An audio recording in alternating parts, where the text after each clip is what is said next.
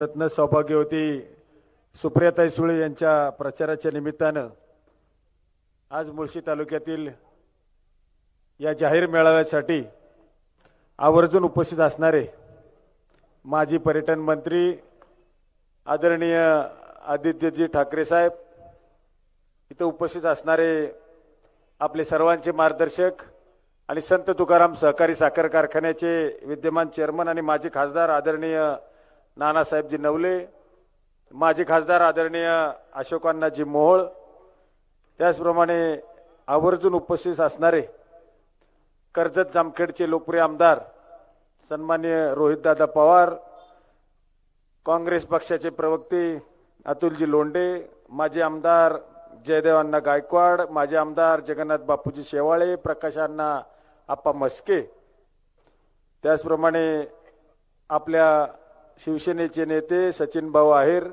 विकासजी लवंडे, रविकांतजी वरपे, जिल्हा शिवसेनेचे प्रमुख सन्माननीय शंकर भाऊजी मांडेकर, तुषारजी कामटे, जिल्हा परिषदच्या माजी अध्यक्षा सौभाग्यवती सविताताई दगडे, तालुका शिवसेनेचे अध्यक्ष सचिनजी खैरे, तालुका काँग्रेसचे अध्यक्ष गंगाराम मातेरे, राष्ट्रवादी काँग्रेसचे अध्यक्ष महादेवांना कोंढरे, प्रशांतजी कांबळे, माजी सभापती कोमलताई वाशुले, चांगदेवजी पवळे, संगीताताई पवळे, स्वातीताई ढमाले, निकेताताई सनस, सविताताई गवारे, शिवाजी बुचडे, ॲडव्होकेट जांभूळकर, राहुल शेडगे, दगडूअण्णा करंजावणे, अनिल पवार, विलास आंबराळे, राहुल पवळे, संजय हगवणे, तमाम या व्यासपीठावर उपस्थित असणारे तिन्ही पक्षांचे आणि वंचित बहुजन आघाडी तसेच आम आदमी पार्टी या सर्व पक्षांचे आलेले सर्व नेतेगण, उपस्थित सर्व तिन्ही पक्षांचे कार्यकर्ते, उपस्थित सर्व मतदार बंधू आणि भगिनींनो,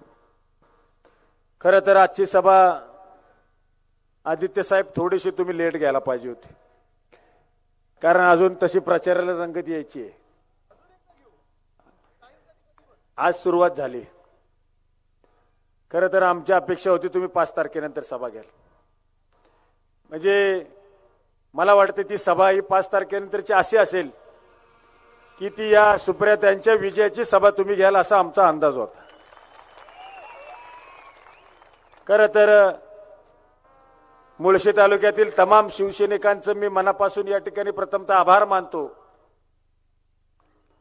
स्वर्गीय हिंदू हृदय सम्राट बाळासाहेब ठाकरे यांनी काढलेला पक्ष आणि आज त्या ठिकाणी माननीय उद्धव साहेब ठाकरे यांच्या नेतृत्वाखाली चालत असलेली पक्षाची घोडदौड आणि या घोडदौडीमध्ये मध्यंतरी 6-8 महिन्यापूर्वी पक्ष फुटीनंतर सुद्धा आपण तमाम शिवसैनिकांनी माननीय ठाकरे कुटुंबावरती त्या ठिकाणी कुठलाही अविश्वास न दाखवता प्रामाणिकपणे आज त्यांच्याबरोबर राहिला, त्याबद्दल मुळशी तालुक्याच्या तमाम शिवसैनिकांचे मी मनापासूनचा आभार मानतो. आणि गेल्या अनेक वर्षाची परंपरा आहे. मगाशी रोहितदादांनी सांगितलं, वस्ताद त्याचा शेवटचा डाव त्या ठिकाणी राखून ठेवत असतो. रोहितदादा हा संपूर्ण तालुकाच कुस्ती क्षेत्राचं नाव म्हणून ओळखणारा तालुका आहे. कैलासवासी मामासाहेब मोहोळ असेल, त्यांनी या तालुक्याचं प्रतिनिधित्व केलं. त्यांच्यानंतर आदरणीय नानांनी असेल, आदरणीय अण्णांनी असेल, प्रतिनिधित्व केलं आणि कुस्ती क्षेत्राची परंपरा जोपासण्याचं काम या ठिकाणी यांनी केलेलं आहे. आणि जर आज वस्तादाला जर कोण ढाक लावायला निघाला असेल तर या मुळशी तालुक्यातला तमाम नागरिक मतदार निश्चितपणे त्याच्या धुऱ्यावर केल्याशिवाय राहणार नाही, हा या सभेच्या निमित्तानं आपल्याला विश्वास देऊ इच्छितो. गेल्या 9 मार्चला भोरमध्ये सभा झाली आणि या सभेला अभूतपूर्व गर्दी त्या ठिकाणी होती. आम्ही म्हटलं मुळशीची सभा नंतर घेऊ. फक्त भोर वेल्ल्याची सभा त्या ठिकाणी झाली आणि जवळपास 15,000पेक्षा जास्त नागरिक त्या सभेला उपस्थित होते.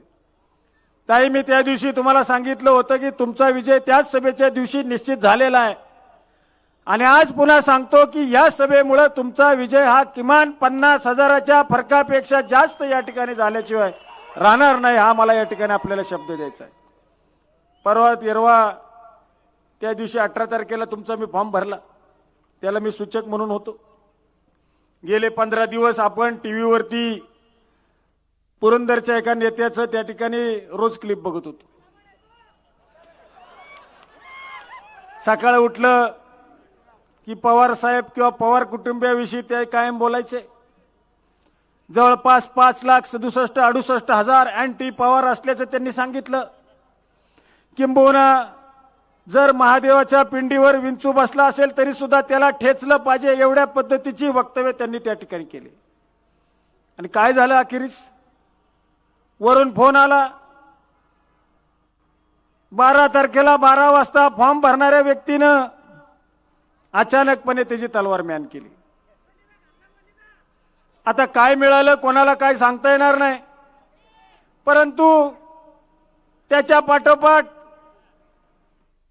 मी हेमंत देसाई जे पत्रकार ज्येष्ठ आहेत त्यांचं एक ब्लॉग त्या ठिकाणी वाचलं. आणि त्या ब्लॉगमध्ये तुम्ही पाहिलं असेल, वाचलं असेल, तुम्ही यूट्यूबला जाऊन पहा. त्यांनी विस्तृतपणे पुरंदर तालुक्याचं राजकीय चित्र त्या ठिकाणी विश्लेषण केलेलं आहे. आणि ह्या सर्व चित्रातून तुम्हाला नेमकी पुरंदर तालुक्याची काय परिस्थिती त्या ठिकाणी समजेल. आणि त्यांनी त्या ब्लॉगमध्ये पुरंदरचा पलटूराम असं त्या ठिकाणी वाक्य म्हटलेलं आहे. आज तर का या ठिकाणची परिस्थिती पाहिली तर मुळशी असेल, नव्यानं वेल्हेचं नामकरण झालेला राजगड तालुका असेल किंवा भोर तालुका असेल, ही छत्रपती शिवरायांच्या पदस्पर्शाने पुण्य झालेली ही भूमी आहे. इथला मावळा हा जातिवंत मावळा आहे. आणि हा मावळा एकदा शब्द देतो तो त्यावेळेला शेवटपर्यंत, शेवटच्या श्वासापर्यंत तो पाळल्याशिवाय त्या ठिकाणी राहत नाही, अशी परिस्थिती या ठिकाणी आहे. आणि म्हणून आपल्या सर्वांना मला या निमित्ताने विनंती करायची, मुळशी तालुका एक वेगळ्या पद्धतीचं आता गतवैभव प्राप्त होत चाललेला आहे.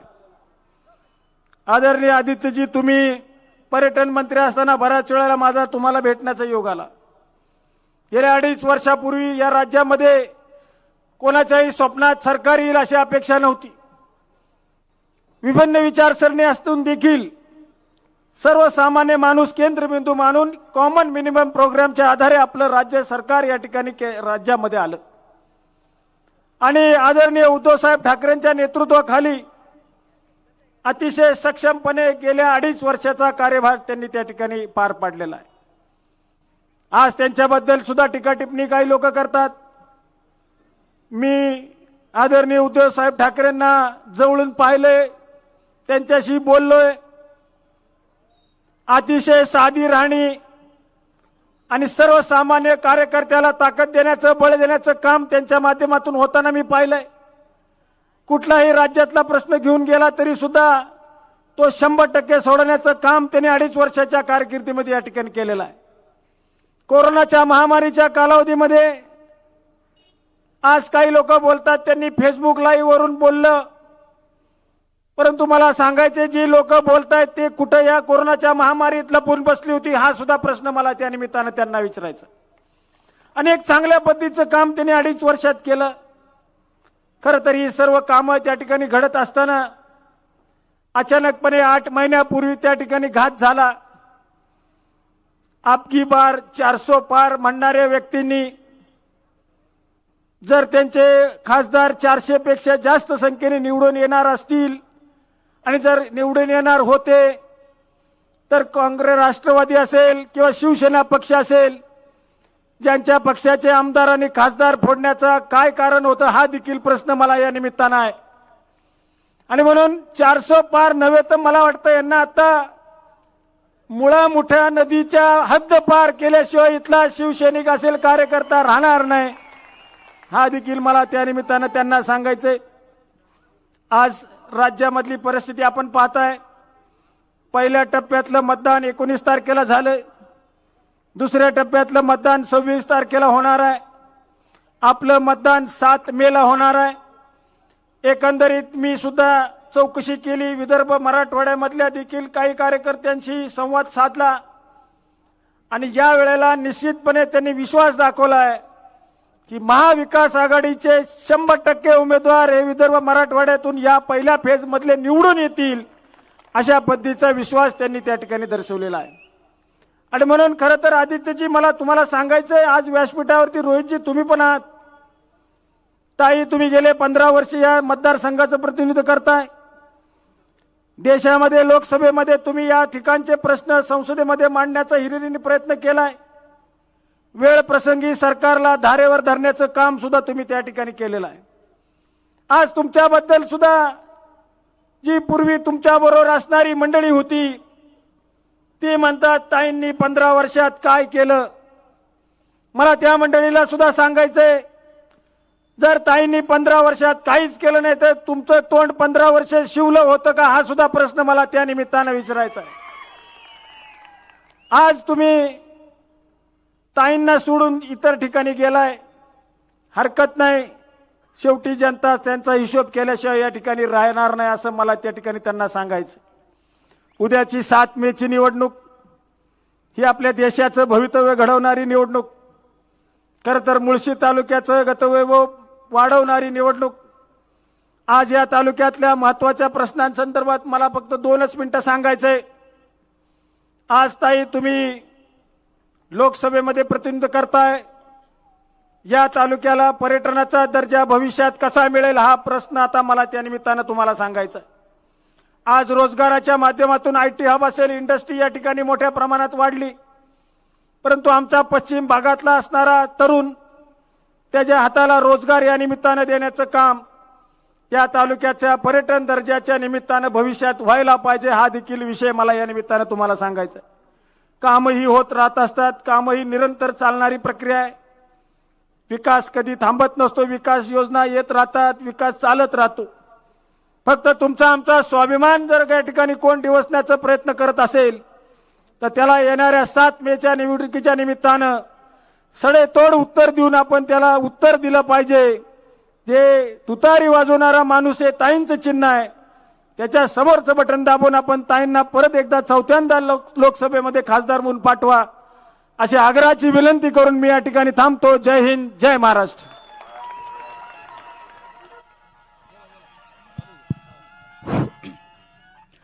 धन्यवाद कार्यसम्राट आमदार. तदनंतर आपण सर्वांना या ठिकाणी संबोधित करण्यासाठी बारामती लोकसभा मतदारसंघाच्या कार्यसम्राट, महाराष्ट्र शासनाचा आदरणीय लोकप्रिय खासदार, महाराष्ट्राच्या जनतेचा प्रिय मतदार बंधू भगिनींचा, या ठिकाणी महिला भगिनींचा बुलंद आवाज, महिला भगिनींचा आशास्थान, लोकसभा मतदारसंघाचा एक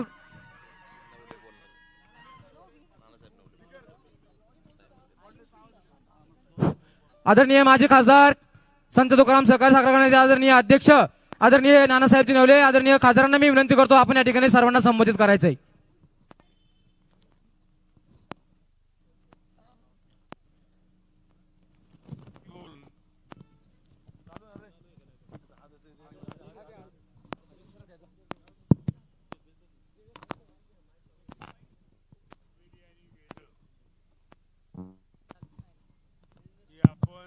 मावळी मंडळी आहोत. सुप्रिया उमेदवार आहेत, ठाकरेंचे नातू आलेले आहेत, संग्राम आहे, रोहित आहे, तुम्ही सगळी मंडळी आहात. मला एकच गोष्ट सांगायची, 1967 सालात सभापती झालो तर डोळ्यामध्ये पाणी येऊन सांगावं वाटतं. रेह खोऱ्यात पाणी नव्हतं, कोळवण खोऱ्यात पाणी नव्हतं, पौड विभागामध्ये पाणी नव्हतं, मुठं खोऱ्यात सुद्धा पाणी नव्हतं. नारूचं साम्राज्य होतं, नारूचं. आणि हे जर कुणी घालवलं असेल तर नवले आणि शरदराव पवार, अनंतराव थोपटे, शंकरराव पाटील. अहो कासर सैला नारू, मारुंजीला पाणी नाही, ही व्यथा मुळशी तालुक्याची ही दूर केली असेल ना, ती शरदराव शिवाय नाही कोणी केलेली. बरं, मामांचं प्लॅनिंग असायचं, परंतु साहेब आणि मी कॉलेज लाईफ बसून आमचा संबंध 58 सालापासून. आता ठाकरे चिरंजीव आले तिथं, तर ज्या वेळेला वसंतदादा असताना बाळासाहेबांनी ही शिवसेना कशा करता उभी केली तुम्हाला पोरांना माहिती नसेल, पण मला माहिती. परंतु आता राज्य तुमचं आहे. तरुण हा उसळत्या लाटेसारखा असतो आणि म्हणून एक जाणते मंडळी मुळशी तालुक्यामध्ये होऊन गेली. त्याची तुम्ही मुलं आहात सगळी. आता मी तुमच्याच वयस्कर आहे सगळ्यात. पूर्वीच्या मामासाहेबांच्या बरोबर मी सगळ्यात लहान होतो, हे विसरू नका. आणि माझ्यासारखा मनुष्य तर शरदराव बद्दल वास्तविक त्या माणसाला महाराष्ट्रातले काय भारतातले काही ठिकाणी जवळजवळ सर्व गोष्टी ज्ञात आहेत. पुढं काय करायला पाहिजे हे सुद्धा माहिती आहे.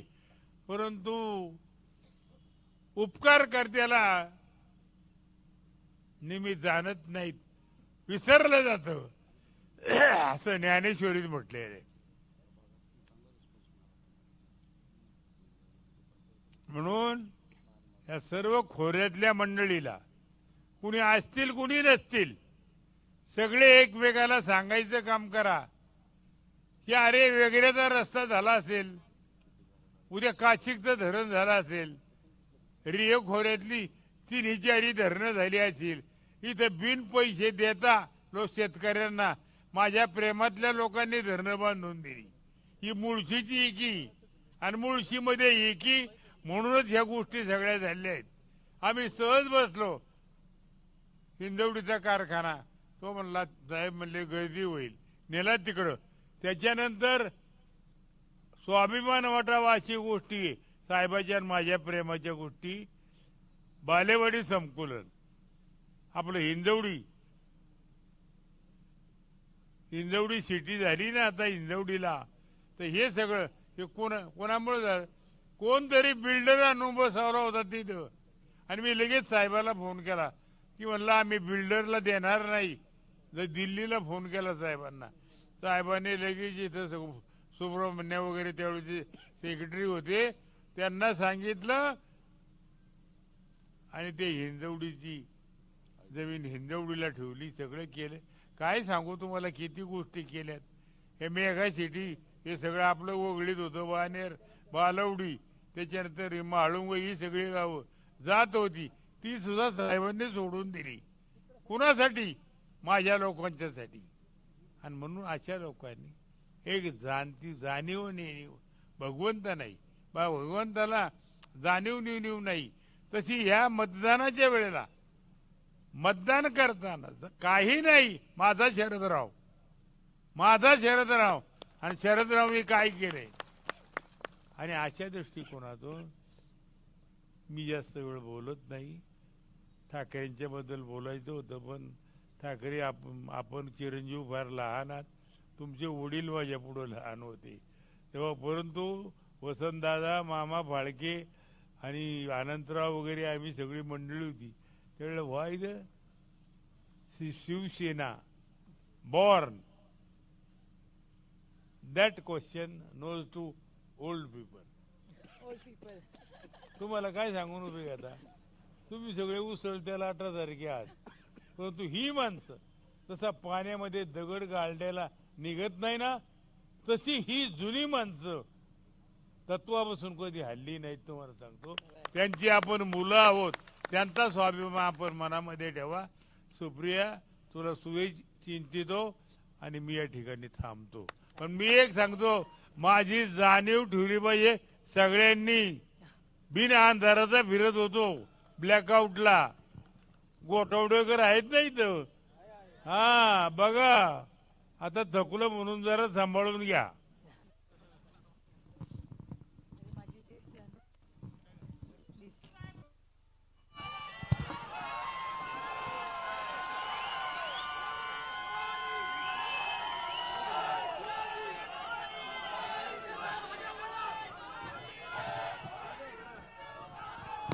जय महाराष्ट्र.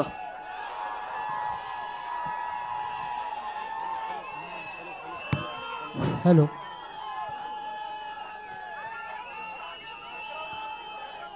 बोलू का?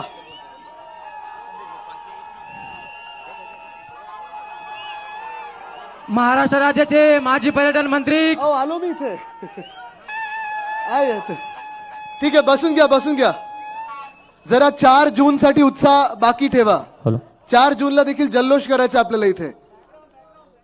पण आज अखंड हिंदुस्थानच्या कैवारी प्रबोधनकार सुपुत्र देव देश धर्म मराठी मनाचे मानबिंदू हिंदू अस्मितेचे शिरोमणी हिंदुस्थान हिंदू हिंदुस्थानच्या एकमेव हिंदू हृदय सम्राट सरसेनापती महानेता माननीय शिवसेना प्रमुख बाळासाहेब ठाकरे यांचा अरे आवाज कुणाचा ठीक आहे. आता जास्ती वेळ खेचायचा नाहीये भाषण, कारण अनेक वक्ते आधी बोलून झालेलं आहे. प्रत्येक विषयाला वेगळ्या वेगळ्या लोकांनी संबोधित केलेलं आहे. ही निवडणूक आज आपण पाहत आहोत या देशामध्ये एका व्यक्तीबद्दल नाहीये ना एका पक्षाबद्दल आहे, पण ही निवडणूक आता एका वृत्तीबद्दल झालेली आहे. आणि ही वृत्ती जी आहे ह्या वृत्तीचं नाव भाजपा असं आहे. जर आपण पाहिलं असेल गेल्या 10 वर्षांमध्ये ह्या भाजपाने आपल्या देशावर हुकुमशाहीची सत्ता गाजवली, बहुमताची सत्ता गाजवली. 2014ला असेल 2019ला असेल शिवसेना पक्ष म्हणून आपण त्यांच्या सोबत होतो. दोन्ही लोकसभा आपण त्यांच्या सोबत लढलो. आणि जर आपण पाहिलं तर लोकसभेत प्रत्येक शब्द त्यांचा, प्रत्येक वचन त्यांचं, प्रत्येक वादा त्यांचा हे आपण जनतेपर्यंत पोहोचवण्याचा प्रयत्न केला. आणि मग काही दिवसांमध्येच आपण पाहायला लागलो ज्या मिनिटाला 2014ला देखील आणि 2019ला देखील सत्ता त्यांनी बहुमताची काबीज केली. 2014ला आपल्याला आठवत असेल 282 त्यांना मिळाले होते, 2019ला 303 मिळाले होते. दोन्ही वेळा शिवसेना त्यांच्या सोबत होती. आणि शिवसेना सोबत असल्यामुळे भाजपाने त्यांनी आपल्या महाराष्ट्रामध्ये जास्ती निवडणूक खेचण्याचा प्रयत्न केला नाही. थोडं लांब रे, डास कानात आल्यासारखं वाटतं किंवा भाजपाला कोणतरी जवळ आल्यासारखं वाटतं. थोडं लांब न्या, अजून लांब न्या, अजून लांब न्या. 400 पार नेते ना आता. ही जनतेची भावना आहे, ही शिवसैनिकांची भावना आहे.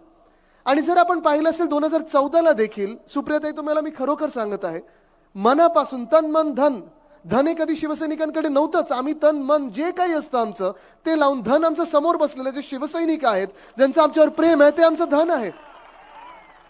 पण हे तन मन धन लावून त्यावेळी पूर्णपणे भाजपासाठी प्रचार केला, पूर्णपणे जे काही काम करायचं होतं केलं. आणि 2014ला बरोबर 282 त्यांनी दिल्लीत बसवल्यानंतर महाराष्ट्राच्या निवडणुकीच्या वेळी आपल्याबरोबर जी वर्षानुवर्ष 25 वर्ष सत्ता होती, सत्ता काय आपली युती होती, ती त्यांनी तोडली.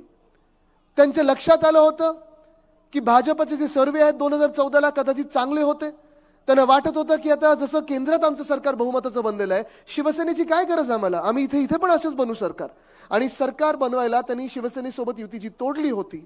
आपल्याला आठवत असेल विश्वासघात त्यांनी पहिला तेव्हा केला 2014मध्ये, जेव्हा त्यांच्याकडून उद्धव साहेबांना फोन आला. सगळं काही ठरलेलं, सीटांचा वाटप ठरलेला. आणि मग फोन आला की उद्धवजी आता युती काही संभव नाही, युती आपण करू शकत नाही, आपल्याला वेगळं वेगळं लढायला लागेल. आणि उद्धवजींनी तेव्हा पण विचारलं होतं की काय नक्की आपल्याला बदलायचं आपल्या सीटांच्या अरेंजमेंटमध्ये, तुम्हाला काही जास्ती सीट लढवायच्यात, आम्हाला काही कमी सीट लढवायच्यात, तुम्हाला कुठची घ्यायची कुठची द्यायची सीट. नाही उद्धवजी आता तर हे शक्य नाही, आम्ही फार पुढे गेलेलो आहे, आमचा सर्वे सांगतो की तुमची आम्हाला गरज नाही. आणि मुळात हाच प्रश्न त्यावेळी पण आमचा होता. काय त्यावेळी आम्ही हिंदू नव्हतो? काय त्यावेळी आम्ही तुमची साथ नव्हती दिली होती? जेव्हा तुम्ही 2014ला देशभरात प्रत्येक मतदारसंघात खोटं बोलत फिरत होतात, जे शक्य नाही ते शक्य सांगत होतात, तेव्हा काही आम्ही तुमच्या सोबत नव्हतो? पण आज आपण पाहतोय की भाजपाची जी वृत्ती होती 2019ला तशीच झाली. 2019च्या निवडणुकीच्या आधी आपल्याला आठवत असेल भाजपाचे काही नेते होते, काही अध्यक्ष होते त्यांचे, ते मातोश्री बंगल्यावर येऊन वंदनीय हिंदू सम्राट बाळासाहेब ठाकरे यांच्या खोलीत येऊन शब्द देऊन गेले होते. तो त्यांनी शब्द 2019च्या ऑक्टोबरमध्ये मोडला.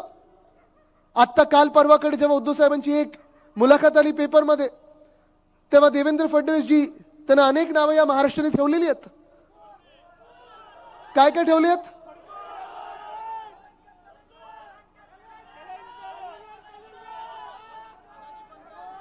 नाही ते कसे आहेत हे सांगायला विचारलं नाही, नावं काय ठेवली विचारलं मी.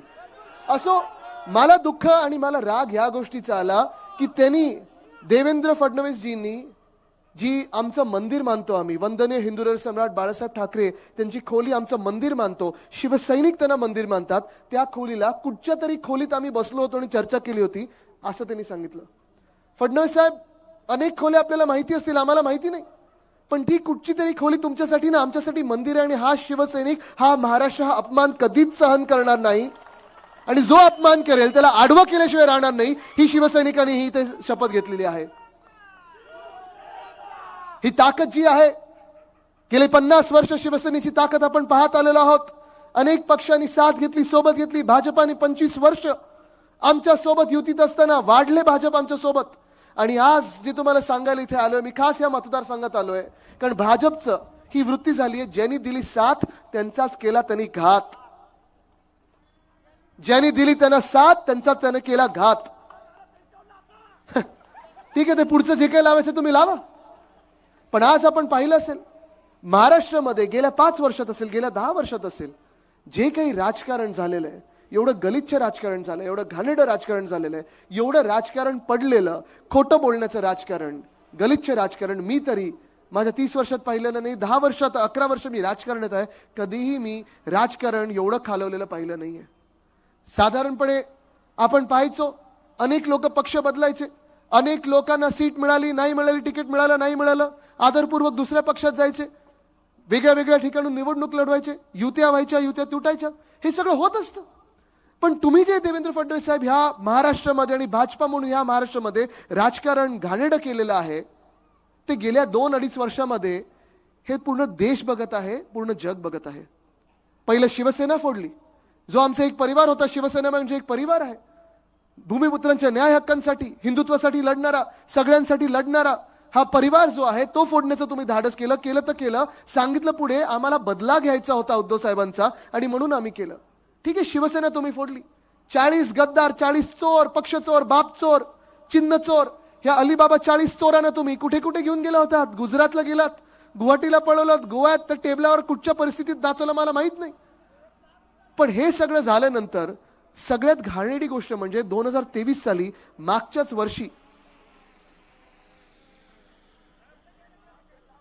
वर्षी आपण पाहिलं असेल राष्ट्रवादी काँग्रेस पक्ष फोडलं, त्याचे 2 भाग केले, अनेक लोकांकडून गद्दाऱ्या करून घेतल्या.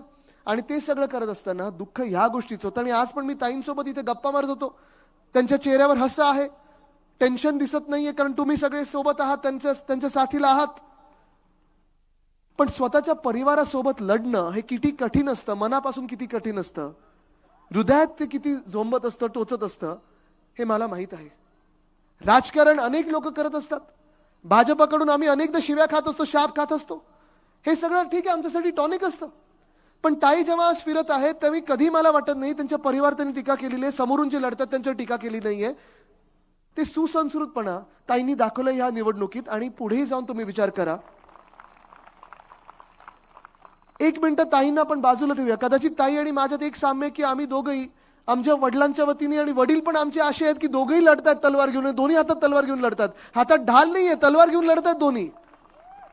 पण आम्ही त्यांच्यासाठी वार सहन करत असताना आमच्या दोघांच्या वडिलांनी पाठीवर वार सहन केलेले आहेत, आणि अशा लोकांकडून केलेले आहेत ज्यांना सगळं काही त्या दोघांनी दिलेलं आहे, सगळं काही दिलेलं आहे. काल परवाकडे मी नगरमध्ये होतो, आपले निलेश लंकेजी तिथून लढत आहेत निवडणूक, त्याच्याच बाजूला शिर्डीमधून वागचौरे साहेब लढत आहेत निवडणूक. त्या दोन्ही सीट आपल्या लागतात, 100% महाविकास आघाडी जिंकते. मला जास्ती भावुक व्हायचं नाही, कारण मी परिवाराबद्दल विचार करतो तेव्हा शिवसेना परिवार आहे, राष्ट्रवादी काँग्रेस आणि पवार परिवाराबद्दल विचार करतो, मन भरून आलेलं आहे. पण मी तुम्हाला हे सांगतो, मी त्या दिवशी दोघेही, मी आणि रोहितजी, आम्ही दोघेही इथे रोड शो मध्ये होतो, साधारण 1.5 ते पावणे 2 तास प्रत्येक गल्लीत जात होतो, लोक येत होते, भेटत होते, आपला प्रेम देत होते, फटाके फुटत होते, ते धूर सगळं आमच्या नाका तोंडात जात होता, सर्दी झालं, खोकला झालं, सगळं हे ठीक आहे, हे सर्दी खोकला सगळं सहन करू शकतो. पण मनाला वेदना ही गोष्ट देत होती की आमच्या सोबत ते 2 तास पूर्णपणे पवार साहेब त्या गाडीत समोर बसून होते, आणि मागच्या गाडीत गेले नाही, तिथे त्या ओपन गाडीत बसले होते आणि सगळ्यांना भेटत होते. हे काही बारामतीसाठी किंवा सुप्रियाताईंसाठी ते करत नाहीयेत. हे ते काही नुसतं आमच्यातून कोणीतरी फुटलं आणि कोणीतरी गद्दारी केली आणि कोणाला तरी जॉईन ऑर जेल ह्याची पॉलिसी होती आणि कोणतरी आज मुख्यमंत्री बसले, कोणीतरी उपमुख्यमंत्री बसले म्हणून करत नाहीयेत. सत्ता परत हातात घेण्यासाठी करत नाहीयेत. तुम्ही विचार करा, पवार साहेबांची आज मनस्थिती काय असेल, पवार साहेबांचं मन किती दुखावलं गेलं असेल ह्या वयात.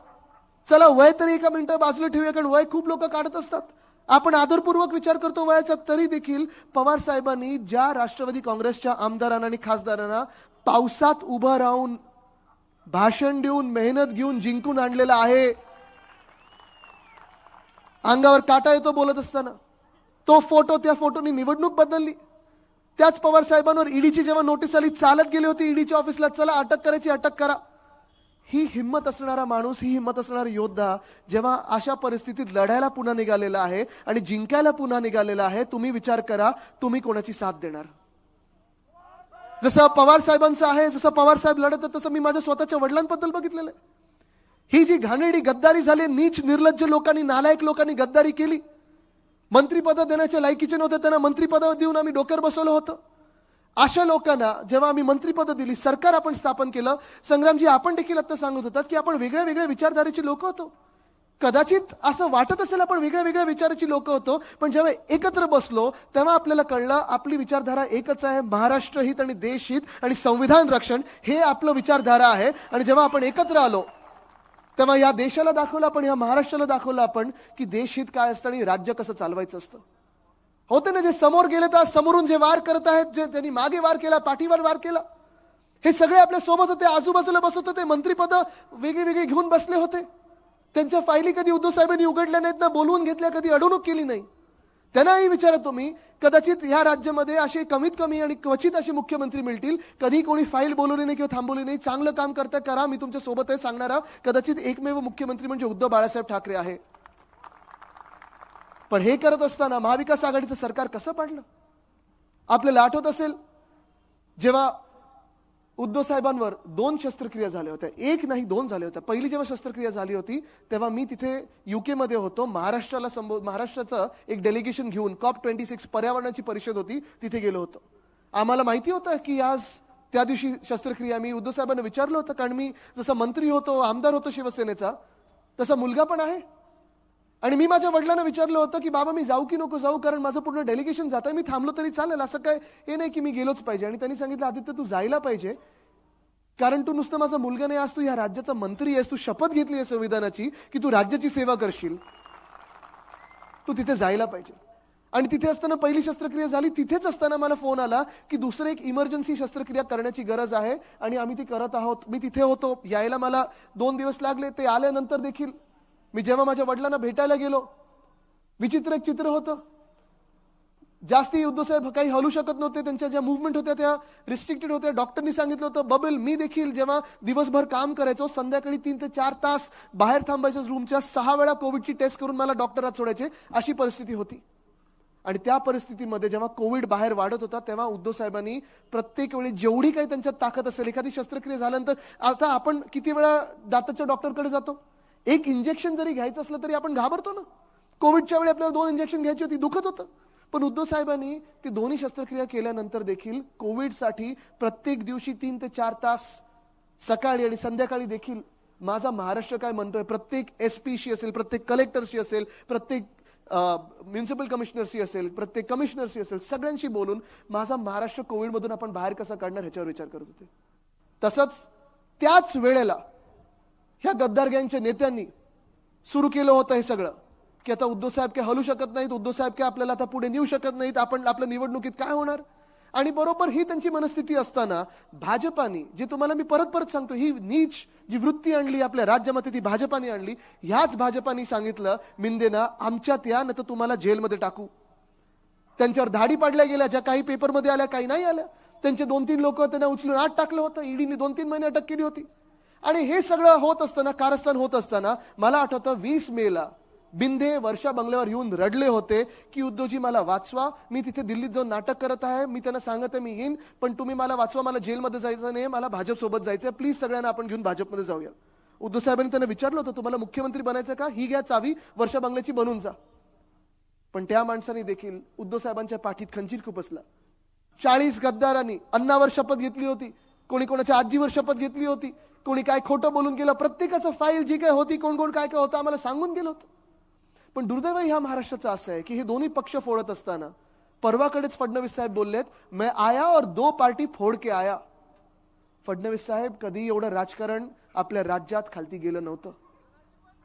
कधीतरी तुम्ही उद्धव साहेबांच्या डोळ्यात पहा, कधीतरी तुम्ही पवार साहेबांच्या डोळ्यात पहा. ते जे मेहनत घेतात आज ते त्यांच्या कार्यकर्त्यांसाठी, ते दोघंही आपल्या कार्यकर्त्याला नावानिशी ओळखतात. कुठच्याही मतदारसंघातला कार्यकर्ता घ्या, दोघांनाही माहिती की जे जे आज लोक या गद्दार सरकारमध्ये बसलेत, एक सीएम म्हणून, 2 हाफ डीसीएम म्हणून आणि अनेक वेगळे वेगळे मंत्री म्हणून, प्रत्येकाला ओळखतात.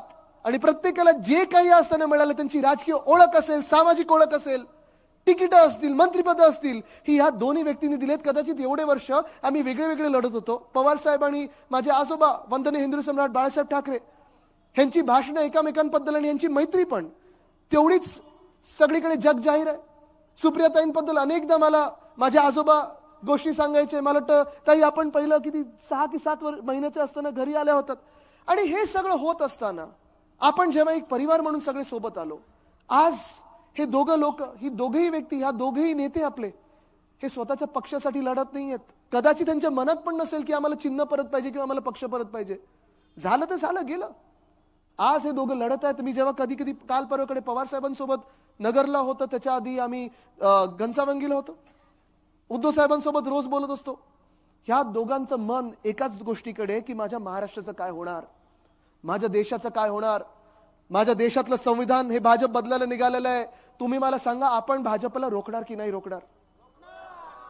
आज एवढे वर्ष, 70-75 वर्ष आपण या देशात जे काही राजकारण पाहत आलेलो आहोत, सत्ता पाहत आलेलो आहोत, सत्ता चालते कशी, राजकारण चालतं कसं, आपले सगळे जे नागरिकांना, वेगळ्या वेगळ्या जातीतले, धर्मातले, महिला पुरुष सगळेच वेगळ्या वेगळ्या वयोगटातले लोकांना जे काही अधिकार आपल्याला मिळालेले आहेत, जे काही कर्तव्य आपल्याला सांगितलेले आहेत की तुम्ही असं वागलं पाहिजे, हे केलं पाहिजे देशासाठी, आणि हे तुमचे अधिकार आहेत, हे सगळं भाजपला बदलायचं आहे. कारण भाजपला डॉक्टर बाबासाहेब आंबेडकरांनी लिहिलं संविधान आवडत नाही.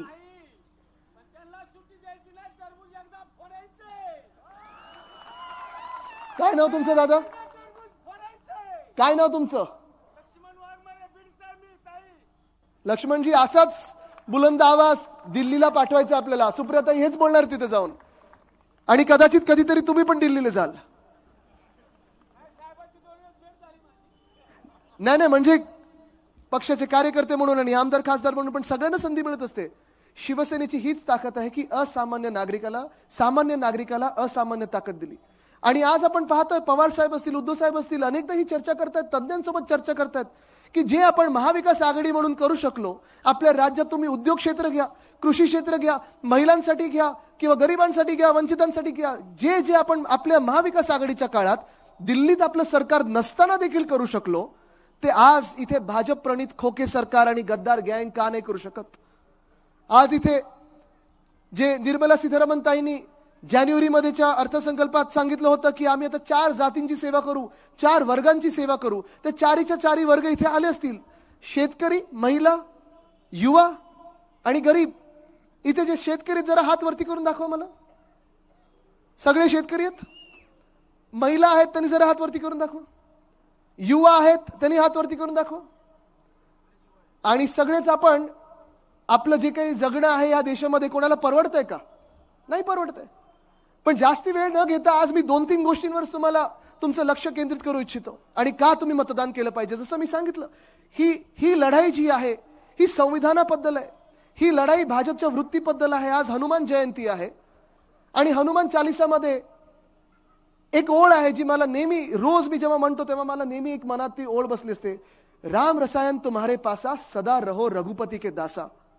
ही जी ओळ आहे ह्याच्यात निष्ठेचं प्रतीक आणि जेवढं प्रेम एकामेकांवर आहे हे दिसून येतं. आणि हे प्रेम आपल्या सभेंमध्ये, आपल्या कार्यकर्त्यांमध्ये दिसून येतं. पण हे प्रेम कदाचित त्या गद्दारांना दिसलं नाही.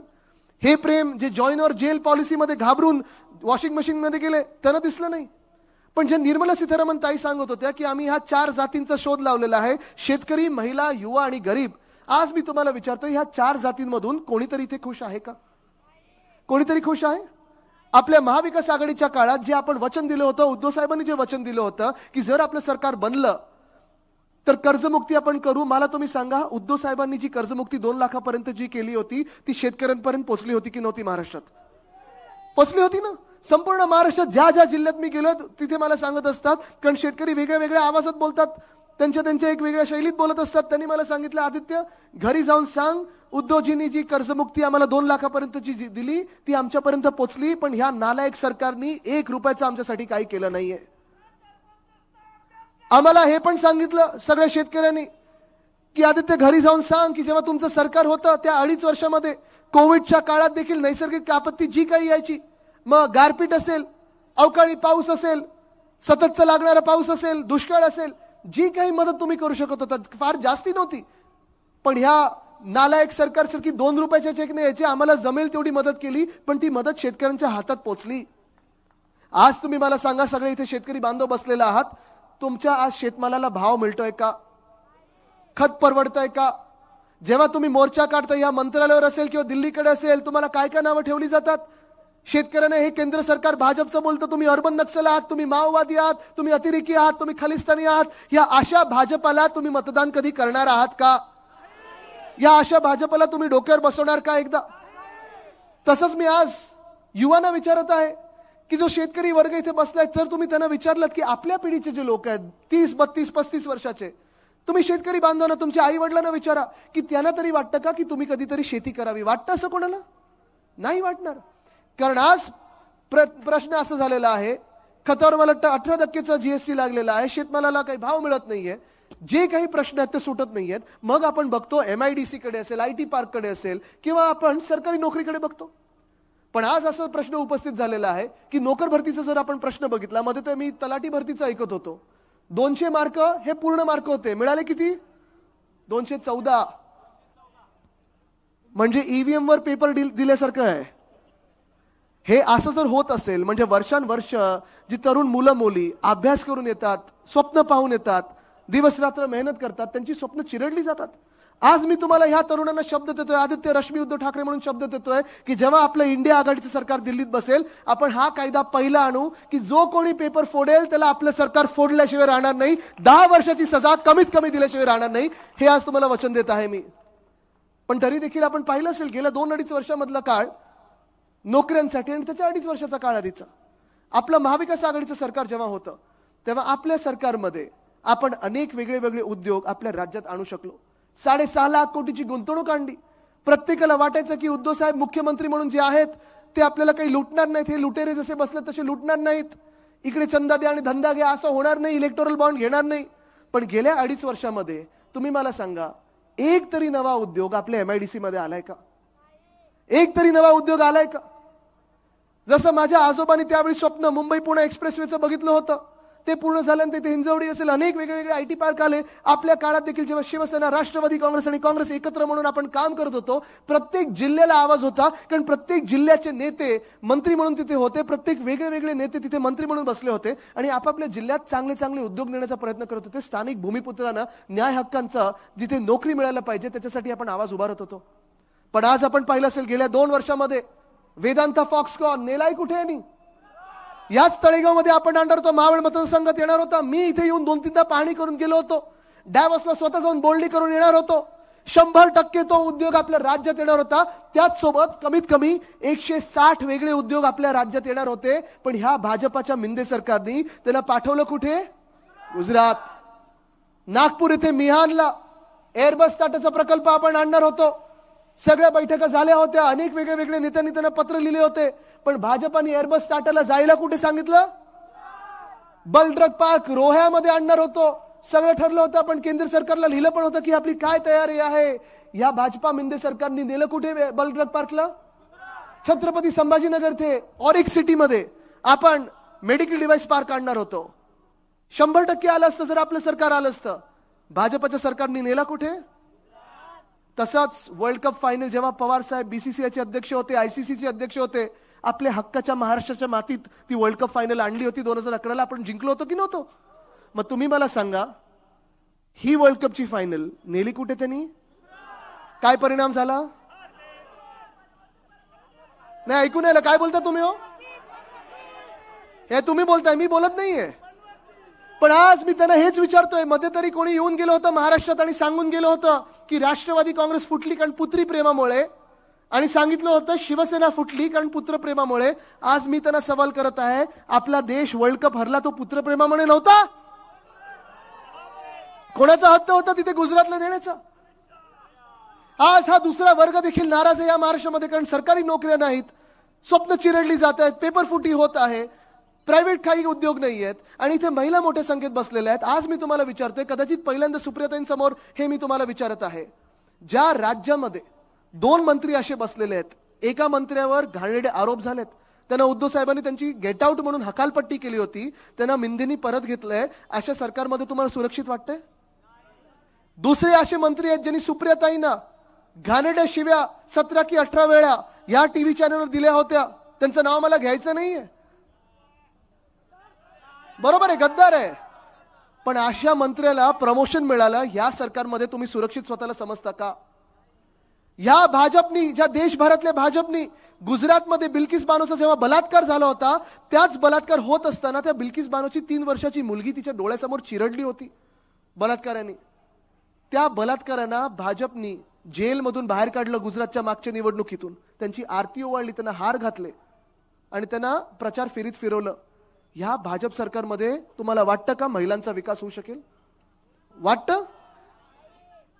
आपले दैवत वंदनीय हिंदू सम्राट बाळासाहेब ठाकरेंनी आपल्याला एक शिकवण दिलेली आहे की बिल्किस बानोची जातपात धर्म कुठचाही असो आणि त्या बलात्काराची जातपात धर्म कुठचाही असो, जातपात धर्म न बघता जो बलात्कार करेल, जो अत्याचार करेल, त्याला फाशीच दिली पाहिजे, ही आपली शिकवण आहे. आणि ह्याला बोलतात रामराज्य. आणि मग म्हणता म्हणता जेव्हा आपण रामराज्याचं बोलतो, सर्वांचं राज्य बोलतो, तेव्हा आज मी सगळ्यांच विचारते आपल्याला, जेव्हा गरिबांबद्दल सगळे विचारतात, 2014 मध्ये आपण सगळीकडे फिरायचो, जेव्हा 2013 पर्यंत काँग्रेसच्या सरकारमध्ये, युपीए सरकारमध्ये अर्ध्या रुपयांनी कधी भाव वाढला, 1 रुपयाने कधी भाव वाढला, तर लगेच आपण आंदोलन करायचो, आपल्याला भाजप सांगायचं भारत बंद, की आपण शिवसैनिक म्हणून सगळे भारत बंदला रस्त्यावर बसायचो. आणि बरोबर हे भाजपवाले नकली लोक जाऊन तिथे त्या पोलिसच्या गाडीला लटकायचे आणि फोटो काढून टाइम्स ऑफ इंडियामध्ये वगैरे छापायचे, आपण लाठीकाठी घ्यायचो. आज तुम्ही मला सांगा, 2014 मधलं जीडीपी, म्हणजे अर्थतज्ञांचं जीडीपी नाही, आपलं जीडीपी, गॅस, डिझेल, पेट्रोल, 2014 ला गॅसची किंमत किती होती? आता किती झाली आहे? 400 पार नाही काय, आता आरपार झालेली आहे. परवडतं तुम्हाला? पेट्रोल किती झालंय? तेव्हा किती होतं? डिझेल किती झालंय? तेव्हा किती होतं? अहो हे सगळं सोडा, अनेक जुमले आहेत, जुमल्याचं नाव गॅरंटी आता करून ठेवलेलं आहे, पण जुमले म्हणजे तुम्हाला विचारायचं झालं तर चला पटापट एक पाळच मोजूया आपण. 2014 ला काळा पैसा परत येणार होता आणि तुम्हाला 15 लाख प्रत्येकाच्या खात्यात मिळणार होते. आलेत कोणाच्या खात्यात? आलेत कोणाच्या खात्यात? प्रत्येकाला 2022 पर्यंत प्रत्येक शेतकऱ्याचं उत्पन्न दुप्पट होणार होतं. झालंय कोणाचं उत्पन्न दुप्पट झालंय? या देशात प्रत्येक व्यक्तीला, प्रत्येक नागरिकाला 2022 पर्यंत प्रधानमंत्री आवास योजनेत सगळ्यांच्या घरावर छत येणार होतं. आलंय सगळ्यांना प्रधानमंत्री आवास योजनेतलं घर? नाही आलंय. आणि म्हणून आता ते जुमल्याचं नाव बरोबर गॅरंटी केलेली आहे. पण आपण तसे नाही होत, आपण वचन पाळणारी लोक आहोत. आपण कर्जमुक्ती सांगितली, कर्जमुक्ती केली.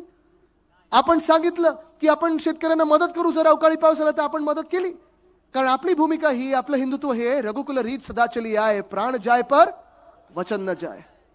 आणि हे वचन मी तुम्हाला आज देत आहे की आम्ही सगळे इथे जे उभे आहोत, एकत्र उभे आहोत, इंडिया आघाडी म्हणून उभे आहोत. कदाचित वेगळ्या वेगळ्या राज्यातून वेगळे वेगळे आवाज आहेत, कधी तुम्ही विचार नसेल केला की हे लोक एकत्र येऊ शकतात, पण जशी बेस्ट ऑफ 11 टीम बनते, क्रिकेट टीम मध्ये सगळेच जे चांगले खेळाडू असतात ते येतात. आम्ही एकाच कारणासाठी आलेलो आहोत, ते म्हणजे आपली लोकशाही आणि आपलं संविधान. आज आपल्या संविधानाला धोका आहे आणि तो धोका या महाराष्ट्रातून निर्माण झालेला आहे. आपण पाहिलं असेल ते लबाड जे आहेत, ट्रायब्युनलचे अध्यक्ष म्हणून बसलेले नार्वेकरजी, राहुल नार्वेकरजी, त्यांनी किती पक्ष बदलले? एक तर पहिला आमच्या जवळ होते, मग राष्ट्रवादीत त्यांच्या नेत्यांच्या जवळ गेले, मग आता भाजपामध्ये गेलेत. थोपटे साहेब कदाचित तुमच्या तिथे पुढे बघा, सरकार आपलं येणार आहे, घेऊ नका. पण त्यांनी शिवसेनेचा निकाल देत असताना, त्यांनी राष्ट्रवादी काँग्रेसचा निकाल देत असताना जी लबाडी केली, जे खोटं बोललंय, तिथेच संविधानाला पहिली ठेच पोचलेली आहे. संविधान बदलायचं काम त्यांनी आजपासून नाही, मागच्या काही 1-1.5 वर्षापासून सुरू केलेलं आहे. 2 पक्ष फोडणं, त्यांच्या आमदारांनी राजीनामा न देणं, एक घटनाबाह्य सरकार तुमच्या डोक्यावर अवकाळी सरकार बसवणं आणि नालायकपणे कारभार चालवणं, ह्याला बोलतात संविधानाला ठेच पोचवणं. आणि तुम्हाला लिहून देतोय आज, चुकून जर हे सरकार डोक्यावर बसलं तर संविधान बदललं जाईल. आणि जसं आमच्या फोनमध्ये आज पेगासस टाकलं जात आहे, घरी कॅमेरे लावले जात आहेत, आमच्यावर पाळत ठेवली जाते, तसं तुमच्यावर ठेवलं जाईल. कारण आज भाजपा 10 वर्षाच्या सत्तेनंतर आजही एक तर प्रचार करते, नेहरूजींनी क्या किया, इंदिराजींनी क्या किया. ठीक आहे, 10 वर्षापूर्वी ठीक होतं ते, तुमचं सरकार आलं नव्हतं तेव्हापर्यंत. तेव्हा तुम्ही विचारू शकत होतात की 65 वर्षात काँग्रेसनी काय केलं आणि काय केलं ते आहे लोकांसमोर. जी आपली वाद होते ते पण लोकांसमोर आहेत. पण तुम्ही 75 वर्षात काँग्रेसनी केलं, आज विचारायला 10 वर्ष जी बहुमताची सरकार होतं तुमचं, ते मग कोणाचं होतं आणि नक्की तुम्ही त्याच्यात काय केलं की काँग्रेसच सरकार चालवत होतं. ते पण नसेल झालं, कारण भाजपाची यशोगाथा हीच आहे. इथे बसलेल्याला प्रत्येकाला वाटत असेल माझ्या खात्यात 15 लाख आले नाहीयेत, पण तिथे 6वा की 7वा माणूस बसला त्याच्या तरी खात्यात आलं असेल. भाजपाची यशोगाथा हीच आहे की इथे ह्या व्यक्तीला वाटत असेल की तिकडे जी व्यक्ती बसली आहे त्याला प्रधानमंत्री आवास योजनेत घर मिळालं असेल, त्या शेतकऱ्याचं उत्पन्न दुप्पट झालं असेल. ह्या जुमल्याला बळी पडू नका.